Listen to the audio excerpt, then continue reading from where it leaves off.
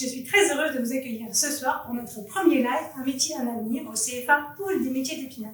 Nous avons la chance d'être installés dans cette belle cité épinalienne depuis plus de 40 ans, au cœur des Vosges, et nous avons la chance d'accompagner chaque année 900 apprentis, 80 adultes en reconversion professionnelle sur des formations diplômantes allant du CAP au Bac+2, avec un taux moyen de 89% de réussite aux examens. Si vous aussi, vous êtes artisan ou apprenti ou futur apprenti intéressé par nos secteurs d'activité, que vous vouliez être boulanger, pâtissier, chocolatier, boucher ou charcutier traiteur, ou que vous vous retrouvez plutôt dans le métier des soins à la personne, comme la coiffure, l'esthétique ou les préparateurs dans la pharmacie, ou plutôt sur de la vente et du commerce, ou que finalement la mécanique ou la carrosserie sont vos passions, cela il est fait pour vous. Vous qui êtes futur maître d'apprentissage, artisan, apprenti, nous sommes là ce soir pour répondre à l'ensemble de vos questions. Historiquement, le CFA est un salut de la Chambre des métiers et de l'artisanat des Vosges. Qui mieux que notre président, M. Christophe Richard, pour vous en parler.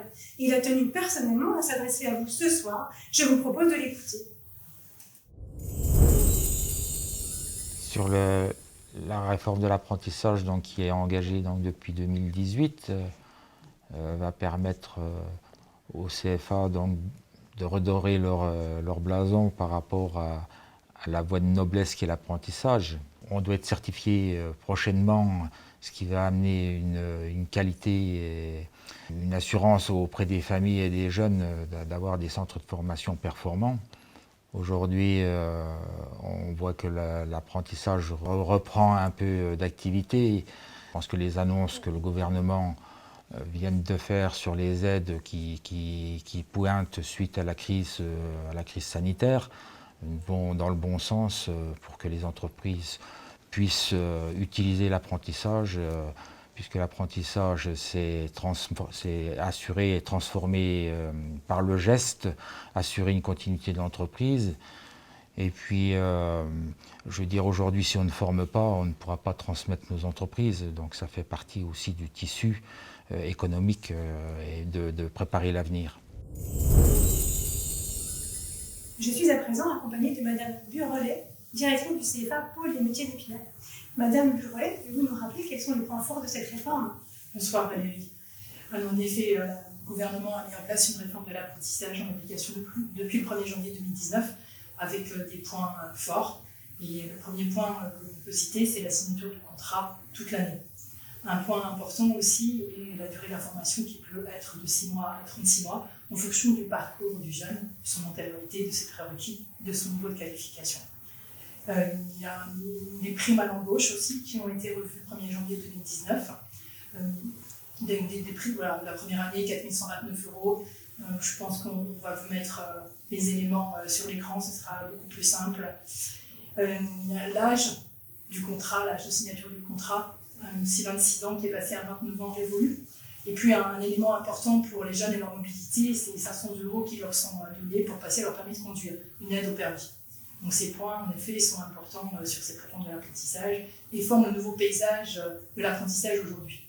Et au niveau des dernières annonces gouvernementales, vous nous en dire un peu plus? Alors le gouvernement a annoncé, en effet, suite à la crise sanitaire et pour le soutien de l'apprentissage, de nouvelles primes à l'embauche plus fortes pour les entreprises. Donc on attend les modalités de mise en œuvre.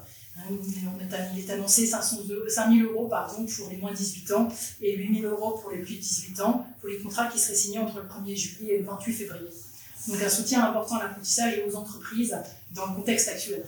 Il faut savoir que cette réforme donne une place prépondérante à nos entreprises et je vous propose d'écouter M. Meret, maître d'apprentissage, qui nous parle de son rôle auprès de ses apprenants. Ça va faire 10 ans qu'on est installé, donc ça fait 10 ans qu'on apprend.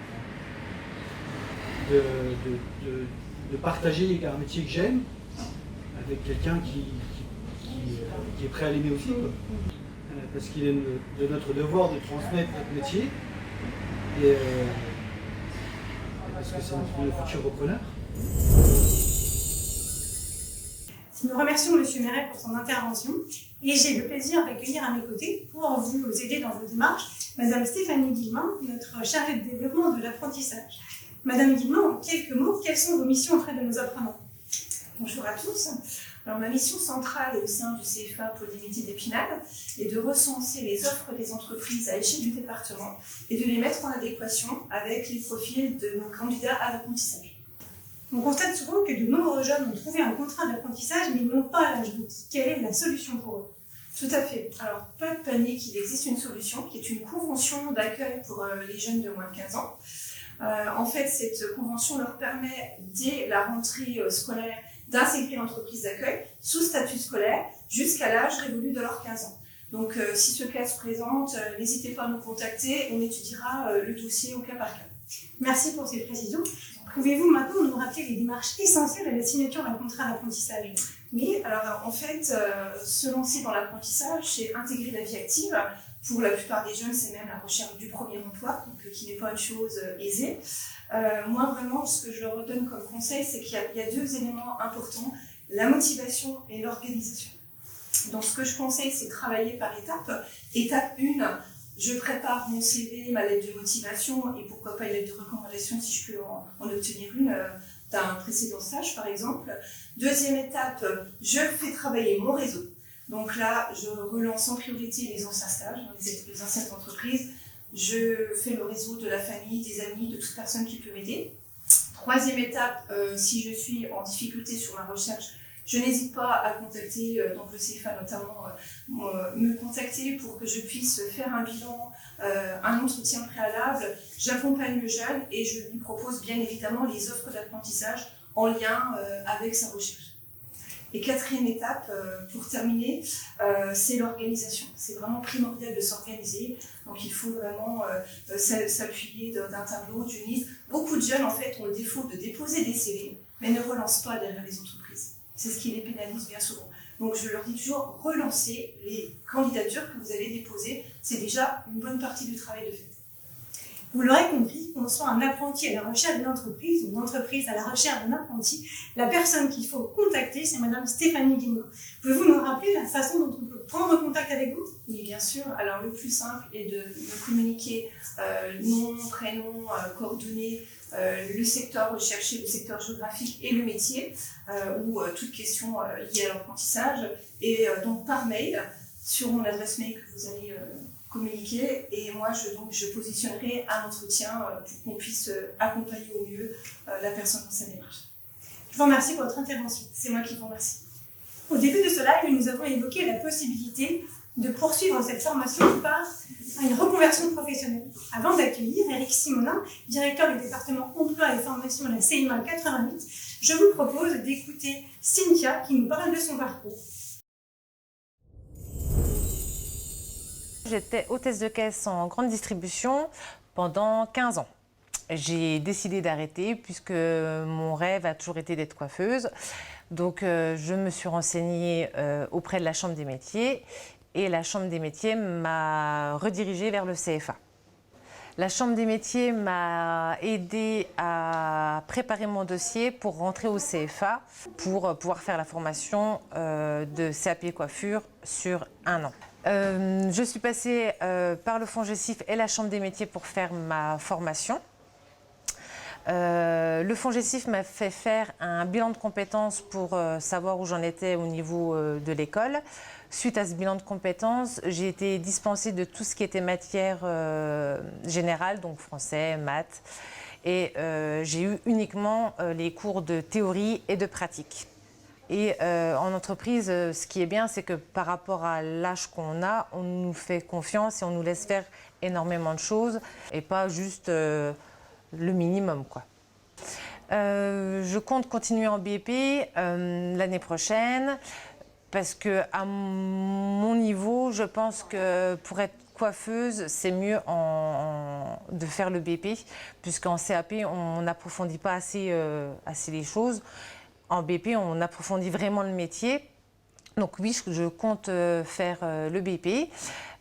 Et par la suite, pour le moment, j'y pense pas trop. Je ne sais pas si je compte ouvrir un jour mon salon, mais on va y aller tout doucement par étapes pour le moment. Bonjour Monsieur Simonin, vous êtes le spécialiste de la reconversion professionnelle et de nos formations continues. Pouvez-vous nous expliquer un petit peu les différentes étapes de ce genre de processus, de ce formation. Est-ce qu'on peut se former tout au long de sa vie? Bien sûr, bonsoir à tous. Effectivement, on peut se former tout au long de sa vie. Le législateur a d'ailleurs adapté la loi au changement d'orientation professionnelle, puisqu'on sait pertinemment que maintenant, on va changer 2 à 3 fois de métier dans sa vie. Donc, il fallait absolument adapter la réglementation et prévoir des systèmes de formation qui permettent d'opérer ces changements. Et donc, qu'on soit salarié, qu'on soit demandeur d'emploi, on peut effectivement changer complètement d'orientation professionnelle. On accueille d'ailleurs au pôle des métiers 80 stagiaires environ chaque année qui ont choisi de faire un des métiers formés au pôle des métiers, donc préparer un diplôme, CAP pâtissier, boulanger, boucher, etc. Vous les avez cités tout à l'heure. Et donc, je vous disais, le système s'est adapté. Donc, ce qu'on appelait auparavant le CIF, le congé individuel de formation, est devenu transition professionnelle. Vous voyez, même le nom a été adapté. Et donc, permet de mettre entre parenthèses sa carrière professionnelle et pour se consacrer à un nouveau métier, donc être formé à un nouveau métier. Et avoir une qualification correspondante. Voilà. Alors, quand on est salarié, on peut bénéficier du compte personnel de formation aussi tout au long de sa vie. Hein. À partir du moment où vous travaillez, jusqu'au moment où vous arrêtez, vous êtes en retraite, du coup, votre CPF, on appelle le CPF, compte personnel de formation, vous suit tout au long de votre vie professionnelle et vous permet de vous former en permanence. On va dire que c'est plutôt pour des petites formations. Après, pour les formations plus longues, c'est la transition professionnelle dont je parlais à l'instant. Et puis, il y a toujours, quand on est dans un milieu salarié, un plan de développement des compétences, donc qui permet de former des salariés aux besoins de l'entreprise. Après, quand on est demandeur d'emploi, puisque c'est le deuxième volet, on bénéficie aussi du compte personnel de formation si on a travaillé auparavant. Et on peut également souscrire à des actions de formation collective ou individuelle. Après, c'est au conseiller Pôle emploi d'étudier le profil de la personne et son projet de formation. Très bien. Par rapport aux objectifs de formation de ces jeunes en reconversion, enfin de ces adultes en reconversion, le taux d'employabilité, après, il est de combien à peu près? Alors c'est difficile toujours de répondre à ces questions-là parce que souvent le projet professionnel consiste à créer une entreprise, donc il ne crée pas forcément de suite. Il faut recouper des fonds, il faut préparer son projet, trouver une entreprise à reprendre. Donc c'est pas. Alors on a effectivement qui vont avoir un CDI, un CDD dans l'emploi. On est de l'ordre en sortie directe de formation de 60% à peu près de personnes qui vont réellement opérer le nouveau métier. On en a d'autres pour qui ça leur a permis de se rendre compte que c'était pas forcément leur voie, donc ils ne feront jamais ce nouveau métier. La majeure partie, quand on a bien fait l'étude préalable, effectivement, normalement, on doit réaliser ce nouveau métier. Voilà. Sur leur retour d'expérience, vous avez un petit peu une idée de si ces gens vont après recruter des apprentis? Oui, alors c'est assez intéressant pour nous, parce qu'on joue sur plusieurs volets. Effectivement, ça nous permet de montrer des exemples de réussite, de création d'entreprise, de reprise d'entreprise, d'emploi. Enfin, vous parliez d'employabilité tout à l'heure, c'est vrai que de parler d'emploi, les gens qui sont en CDD, en CDI dans des entreprises, dans leur nouveau métier, qui prennent des apprentis, ou quand on est chef d'entreprise, qui en embauche. Voilà. Oui, c'est vrai que on essaye de les mettre en avant, d'ailleurs, ce profil-là, pour les montrer en exemple pourquoi c'est possible, effectivement, de réussir sa reconversion professionnelle dans un nouveau métier, et surtout dans l'artisanat, il y a de véritables opportunités. Je vous remercie beaucoup, M. Simonin, pour votre intervention. Avant d'aborder les différents cadres légaux qui régissent le contrat d'apprentissage et d'accueillir Mme Delphine Pierson, enseignante en droit au CFA, je vous propose d'écouter Tatiana et sa vision de l'apprentissage et de son métier. Donc j'ai 18 ans. Je travaille depuis maintenant 1 an à Renault Truck à Golbet. J'étais auparavant en première sciences technologiques du management et de la gestion. On étudiait beaucoup plus des chiffres et c'est pas vraiment ce qui m'intéressait. Donc depuis que j'ai arrêté, j'ai retrouvé une formation en réparation des carrosseries. Quelque chose qui m'intéressait parce que c'est vrai que ça touche à la mécanique, mais pas tellement que si je voulais faire mécanicienne. Donc c'est vrai que ça m'a attirée. Et le côté minutieux aussi, ça m'a plu, donc c'est pour ça que je suis venue faire cette formation. Ça ne m'a pas dérangé de faire un métier de garçon, comme on dit, parce que du moment que ça m'intéresse, peu importe les stéréotypes ou ce genre de choses. Ça se passe très bien qu'il y ait des garçons autant dans mon entreprise, parce que dans tous les cas, ils sont sympathiques, autant que si j'étais un homme ou une femme, et on s'entend bien, il n'y a pas de souci là-dessus. Je pense refaire une année pour me spécialiser dans la peinture en carrosserie et par la suite peut-être ouvrir ma propre entreprise de carrosserie. J'accueille Delphine Pierson, enseignante en droit au CFA Pôle des métiers, qui va nous apporter son expertise sur la signature d'un contrat d'apprentissage. Delphine, quels sont selon vous les points de vigilance à regarder quand on signe un contrat d'apprentissage? Bonsoir, je pense que tout est important dans le contrat d'apprentissage. Plus le contrat sera rempli correctement, plus l'apprenti pourra arriver en formation rapidement. Tout va partir de ce contrat. On pourrait peut-être s'attarder un peu plus sur le salaire de l'apprenti. Il faut savoir qu'ils sont rémunérés par rapport à un pourcentage du SMIC en fonction de l'âge et de l'année d'études. Donc c'est vraiment du cas par cas. C'est souvent ce qui pêche dans la rédaction des contrats. Il faudrait aussi faire attention au fait que le contrat d'apprentissage, c'est un contrat de travail où l'employeur et l'apprenti auront chacun des obligations réciproques et interdépendantes. L'employeur s'engage à former un apprenti, former un jeune au métier visé au contrat, et s'engage évidemment à laisser suivre les cours au CFA et évidemment à le payer. L'apprenti n'est pas en reste, il va devoir respecter son contrat d'apprentissage, donc suivre la formation théorique au CFA, respecter le règlement intérieur de l'entreprise, mais aussi exécuter les tâches confiées par son maître d'apprentissage, son entreprise. Très bien. Est-ce que j'ai le droit à l'erreur? Si finalement ma formation ne me convient pas, quels sont mes recours? Quelle est la solution? Alors le contrat, il est fait, on va dire, pour qu'on ait le droit à l'erreur. Il va commencer par une période probatoire, donc c'est l'équivalent de la période d'essai, mais pour les contrats d'apprentissage. Donc ça dure 45 jours de présence en entreprise. Donc j'ai 45 jours en tant qu'apprenti pour me rendre compte que la voie que j'ai choisie n'est pas la bonne. Donc je peux arrêter librement, simplement, on va dire, pendant ces 45 premiers jours. L'employeur aussi peut se rendre compte que l'apprenti qu'il a recruté ne fera pas l'affaire et peut lui aussi mettre un terme au contrat, donc facilement, pendant cette période probatoire. Une fois que cette période de 45 jours d'entreprise est terminée, on peut, depuis la réforme de 2019, enfin depuis le 1er janvier 2019, en fait, en tant qu'apprenti, on peut démissionner de son poste, comme n'importe quel salarié traditionnel. Petite précision quand même, je démissionne, je perds mes droits au chômage si jamais j'en avais acquis. On pourrait conseiller aux apprentis et à leurs entreprises de se mettre d'accord pour arrêter simplement un contrat. Ils ont réussi à se mettre d'accord pour conclure un contrat, ils peuvent tout à fait faire la même chose, se mettre d'accord pour arrêter le contrat. On parle de rupture amiable et comme ça on part en bon terme et on se met d'accord sur toutes les modalités de rupture de notre contrat d'apprentissage. Vous l'aurez compris, l'apprentissage offre de vraies possibilités de se former. On apprend un métier, on perçoit un salaire et on a un véritable contrat de confiance avec son entreprise. Pour finir de vous convaincre, je vous propose d'écouter Pascal Altman, président du syndicat départemental de la coiffure. L'apprentissage, c'est apprendre de faisant. Les entreprises, les CFA, les organisations professionnelles aussi, où tout le monde s'unit pour essayer de travailler ensemble pour que les relations entre l'élève, l'entreprise se passent le mieux du monde.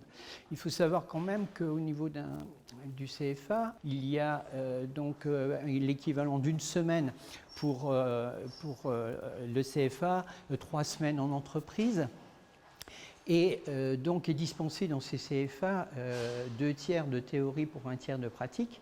Donc les compétences après vont être réutilisées dans les entreprises. C'est dans les entreprises, on voit qu'on va mettre en œuvre toutes ces compétences apprises dans les établissements, d'où l'importance de bien se coordonner.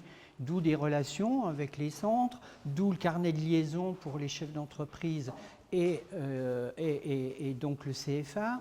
Donc des suivis des formateurs qui vont dans les entreprises pour voir où ça en est et donc adapter une formation à partir d'un cursus bien sûr obligatoire mais le plus adapté à l'ensemble des élèves de l'apprentissage. Madame Burlet, quels sont les points forts qui unissent notre CFA et les maîtres d'apprentissage? Alors, le contrat d'apprentissage est un contrat d'alternance. Donc il y a un partage de la formation qui est faite entre l'entreprise et le CFA pour l'obtention du diplôme. Donc il est important qu'on ait une étroite collaboration avec l'entreprise pour pouvoir mettre au mieux la formation et que le jeune puisse aboutir non seulement à acquérir des savoirs, des savoir-faire, des savoir-être, mais qu'il devienne un bon professionnel. Monsieur Altman a évoqué le suivi de nos apprentis en entreprise et au CFA. Vous pouvez nous en dire un peu plus? En effet, le suivi de nos jeunes se trouve sur ce ERP qui permet en effet à chacun de pouvoir être au jour le jour informés de tout ce qui se passe au CFA. En temps réel, tout le monde sait tout ce qui se passe, du positif comme du négatif. Tout à fait, l'ensemble de la vie de l'apprenti est inscrit, voilà, il permet de suivre surtout sa formation. Il est bien là pour permettre aux jeunes d'être dans les meilleures conditions pour suivre sa formation. Notre CFA a la chance de bénéficier de toutes les infrastructures nécessaires au bon déroulement des formations. Un internat, un service de restauration scolaire au cadre idéal, et si je ne m'abuse, des salons et des laboratoires équipés d'équipements dernier cri. Vous pouvez nous en dire un peu plus sur les concours qui sont ouverts à nos apprentis grâce à tout ce matériel à disposition? En effet, les apprentis peuvent s'inscrire sur de nombreux concours tout au long de l'année dans toutes les professions, entre meilleurs apprentis de France ou les Olympiades des métiers, ou plein de concours qui existent, notamment de la gourmandise, à travers les prix de la gourmandise. Les apprentis, on les encourage d'ailleurs à participer à des concours parce que c'est valoriser le travail qu'ils mettent en œuvre, c'est valoriser leur savoir-faire, c'est concourir avec d'autres jeunes et montrer les talents qu'ils développent tout au long de leur formation. À ce propos, je vous propose d'écouter Lucien qui nous raconte ses défis personnels et professionnels dans son engagement dans le concours du meilleur apprenti de France, Boucher.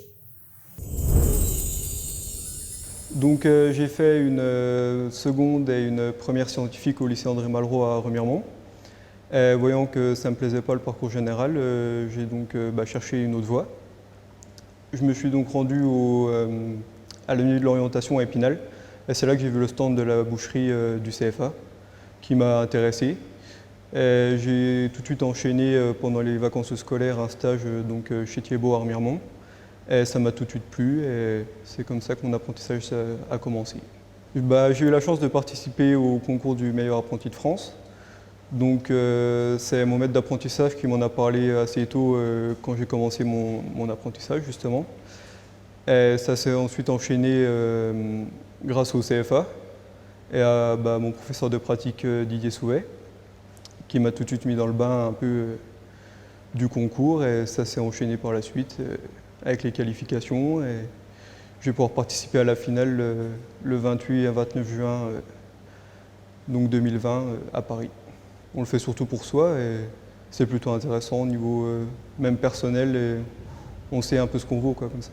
Je vais essayer de passer le plus de diplômes possible forcément, donc soit enchaîner sur un BP boucherie l'année prochaine, soit sur un CAP charcutier, pour ensuite enchaîner sur un deuxième BP. Je pense que c'est intéressant, une fois qu'on est dans une branche, de l'approfondir au maximum. Après, moi j'aime bien forcément poursuivre les études, donc ça peut être intéressant d'approfondir au maximum le métier. Après, suivant ce qui se présentera, pourquoi pas ouvrir ma propre boucherie, oui, ou alors reprendre une affaire déjà existante et la faire prospérer. Oui. Lucien, toute l'équipe du CFA est derrière toi pour cette grande finale nationale qui t'attend. Donc Manuela, comme vous l'avez évoqué, nos jeunes participent à des concours, mais de plus en plus, nombre d'entre eux veulent pouvoir se former à l'étranger. Vous pouvez nous en dire un peu plus sur comment répondre à leurs attentes? Le CFA participe depuis 2011 à la mobilité européenne. En effet, on s'est inscrit dans ce programme par le biais de la région Grand Est sur le programme ESCAL, avec le dispositif ESCAL. Et ça nous permet de pouvoir envoyer tous les ans des jeunes, des apprentis, pendant 15 jours sur différents pays européens. Depuis de nombreuses années, en effet, on a permis aux jeunes de pouvoir aller découvrir leur métier à l'étranger parce que ça leur apporte une ouverture non négligeable dans le monde actuel. Ils construisent l'Europe de demain et je pense que dans les métiers qu'ils font, il est important qu'ils aillent voir un petit peu ce qui se passe dans d'autres pays. Donc ils exportent leur savoir-faire et ils importent les savoir-faire acquis dans ces pays-là. Tout à fait. Merci Madame Burelet pour toutes ces belles perspectives ouvertes sur l'Europe. Je vous propose d'écouter Lucie qui va nous parler de son parcours de formation en boulangerie puis en pâtisserie, de sa mobilité européenne à elle durant ses 4 années de formation au CFA. Nous l'écoutons. J'ai commencé par un CAP pâtissier que j'ai fait chez Vinter. Ensuite, j'ai enchaîné avec un CAP boulanger que j'ai fait chez Charlize en un an. Et là, je continue mon BP dans la même boulangerie. Déjà, j'ai commencé en pâtisserie et après, je me suis dit pourquoi pas en boulangerie. Je trouvais que c'était complémentaire. Et après, j'ai voulu faire le BP pour avoir un niveau supérieur et pouvoir après m'installer. Alors, j'ai participé au programme Erasmus durant mon CAP pâtissier. Ça s'est passé à Copenhague, au Danemark. Donc, on y est resté 2 semaines. Et du coup, on a eu une immersion totale en entreprise avec donc des Danois. J'étais dans une pâtisserie danoise, la plus vieille, elle était depuis 40 ans, installée au Danemark. Et après, j'ai appris différentes techniques de pâtisserie. Après, ils font des pâtisseries différentes que les pâtisseries françaises. Choisir l'apprentissage, ce n'est pas choisir la facilité. Si vous avez fait ce choix, c'est que vous avez aussi certainement réussi à convaincre, ou pas encore réussi à convaincre, vos familles, vos parents, vos enseignants, que c'est vos convictions qui prédominent pour votre parcours professionnel. Aujourd'hui, nous avons, je l'espère, grâce à ce live, vous donner tous les arguments nécessaires pour répondre à vos détracteurs, pour convaincre que cette formation, c'est la vôtre. Sachez que vous pouvez continuer à nous poser toutes vos questions sur la page Facebook et que vous pouvez retrouver l'ensemble de nos informations sur notre site internet du CFA. Pour le mot de la fin, je vous laisse avec Cynthia qui partage notre vision de l'apprentissage et qui, au travers de son message, est notre meilleure ambassadrice. Je vous remercie de nous avoir suivis jusqu'ici. Nous espérons que cela ait répondu à l'ensemble de vos questions. Bonne soirée à vous et à très bientôt, j'espère. Je n'ai aucun regret dans la formation, bien au contraire, ça valide les choix que je m'étais faits. J'ai enfin pu réaliser le rêve que j'ai toujours voulu, donc aucun regret et je conseille à tout le monde de le faire.